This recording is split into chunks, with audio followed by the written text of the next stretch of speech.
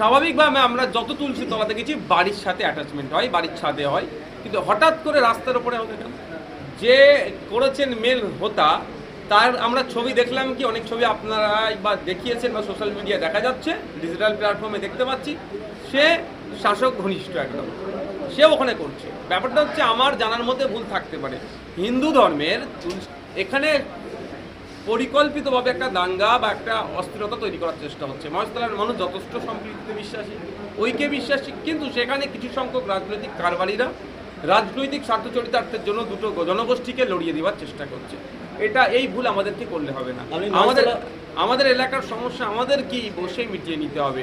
আর প্রশাসনের তো এখানে ব্যর্থতা 100 বার আমি বলবো। সকাল 10টা থেকে যখন দেখছি এখানে একটা এই সমস্যা তৈরি হচ্ছে, প্রশাসন তো সেখানে টেক আপ করা দরকার ছিল, এক নম্বর কথা। দ্বিতীয় কথা, দেখবেন আপনি কলকাতা বা শহরের আশপাশে আপনি আপনার বাড়ির ভেতরে প্লাস্টার করবেন, বাড়ির ভেতরে রিপেয়ার করবেন, আপনার কাছে প্রশাসনের লোক চলে যাবে। আর থানার অদূরে ঢিলছুড়া দূরত্বে যখন ওগুলো গাছ ছিল, প্রশাসন চুপ করে বসেছিল। 20 থেকে 25 বছর ধরে লোকটি ফল বিক্রি করতো ওখানে লোকটি ফল বিক্রি করতো। যখন দেখছে ওই ছাড়া অন্য ফেজ ওখানে ঘোরাঘুরি করছে, স্বাভাবিকভাবে আমি দায়িত্ব নিয়ে বলছি, একদম ফুললি আমি কনফিডেন্স নিয়ে সাথে বলছি যে থানার সরাসরি বড়বাবু হোক বা থানাকে না টাকা দিয়ে অতদিনও ব্যবসা করার সুযোগ পেত না, নিয়মিত একটা টাকা থানাকে দিত। দেখছে ওর জায়গাতে অন্যজন বসে যখন এই ধরনের কিছু গাচ্ছে, তখনই তাকে আটকে দেওয়া দরকার ছিল। তুলসী তলা তো হয়তো শেষে একদম দিয়েছে, তার আগে তো গাতাগাতি করছিল। তো আমার অনুরোধ মিডিয়ার মাধ্যমে মানুষের কাছে, যে যত ভোট আগিয়ে আসবে রাজনৈতিক কারবারিরা এরকম করবে, আর গরিব মানুষেরকে বলির বাঁকড়া বানাবে, গরিব মানুষকে কুরবানি দেবে। কি হিন্দু কি মুসলমান, ক্ষতিগ্রস্ত আজকে কারা হয়েছে, কারা জেলে আছে, কারা অ্যারেস্ট হয়েছে, কে ফল বিক্রি করতে পারলো না, দেখুন সব কারা, সব গরিব প্রান্তিক শ্রেণীর মানুষ। আমার অনুরোধ যে আপনারা এই ধরনের ঘটনা ঘটে গেলে মাথা ঠান্ডা করে এটাকে ডিল করবেন, এটা নিয়ে ধর্মীয় উন্মাদনা কেউ ছড়াবেন না। আজকে দেখলাম সংবাদ মাধ্যমে যে দিল্লিতে 50টির বেশি মন্দির ভাঙা হয়েছে। এই জায়গায় আমরা দেখতে পাচ্ছি যে আমাদের রাজ্যের বিরোধী দলনেতা তিনি মুখ্যমন্ত্রী পদের সম্মান কিন্তু তাকে দেওয়া হয়। তিনি মহেশতলার কাণ্ডটি লেজ তুলে দেখলো না, তুলসী মানে যে আছে কি বলে ওটাকে বেদি নিয়ে মাথায় করে তুলে বেড়ায়। তোর ব্যাপারটা হচ্ছে বিজেপি তার ব্যর্থতাকে কোনোদিন পশ্চিমবাংলায় কি স্বীকার করবে? স্বীকার করবে না তারা।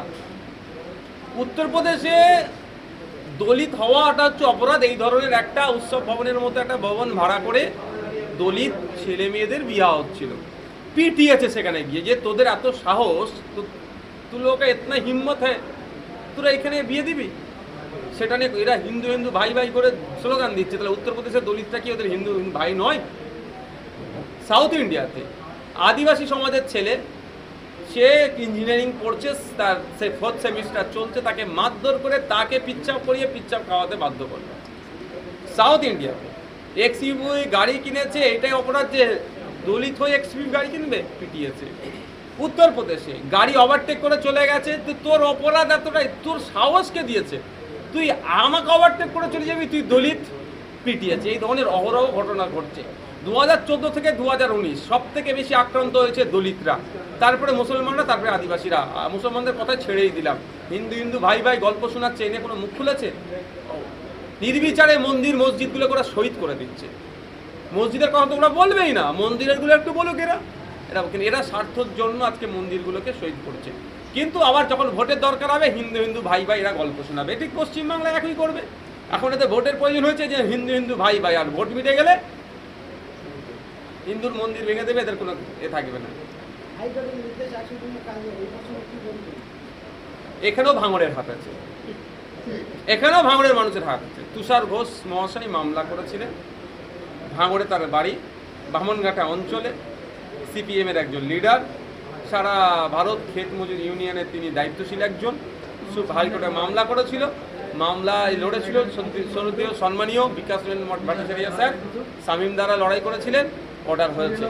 আমি তো অনেক আগে থেকে বলছিলাম যে চোরেদেরকে বাঁচানোর জন্য রাজ্য সরকার বিভিন্ন সুপ্রিম কোর্ট ছুটছে, বড় বড় অ্যাডভোকেট লাগাচ্ছে, আমাদের রাজ্যের বকেয়া আটকে রেখেছে। তার জন্য কেন সংবিধানের সম্ভবত 131 আর্টিকেল 131 সম্ভবত, সেটাকে সামনে রেখে কেন মামলা করছে না? কথা উত্তর ছিল না, এখন মামলা হচ্ছে। আমি আশা করব, কেন্দ্র সরকারের কাছে অনুরোধ এটাই করব যে এই 100 দিনের কাজ করে পশ্চিমবাংলার হেভি অংশের মানুষ কিন্তু এখন সংসার চালাচ্ছে। যদি কাজ বন্ধ হয়ে যায়, কত দুর্ভোগ দুর্ভাগ্য এদের মানে দুর্যোগের মধ্যে দিয়ে এদের জীবনযাপন করতে হয়েছে। অবিলম্বে 100 দিনের কাজ চালু করা হোক, সাথে সাথে যারা দুর্নীতি করেছে তাদেরকে ধরে তিহার জেলের মধ্যে রাখা হোক। কালকে দেখলাম যে সোনপুকুরে যে গন্ডগোল হয়েছিল সেই গন্ডগোলে আলমগীর মোল্লাকে পুলিশ গ্রেপ্তার করেছে। দেখুন একটা কথা বলছি, দুটো একটা দিন দাঁড়ান, অনেক কিছু হবে। এদের নোংরামি অনেক কিছু এক্সপোজ হবে। এদের কাছে আর কিছুই নেই। ভাঙড়ে হারাবার স্বপ্ন দেখছে, হারাবে কিভাবে? এরা মিথ্যাভাবে আমাদের ছেলেদেরকে ভয় দেখাচ্ছে। কিন্তু রাজ্যে একের পর এক শাসক দলে যুক্ত, কি বলবেন? অসুবিধে কোথায়? ডেমোক্রেটিক কান্ট্রি, ডেমোক্রেসি আছে, ভালো লেগেছে গেছে। তবে একটা কথা বলবো, আমার ভাইজানের দল চয়নের ক্ষেত্রে একটু সংযত হওয়া দরকার ছিল। যেই দল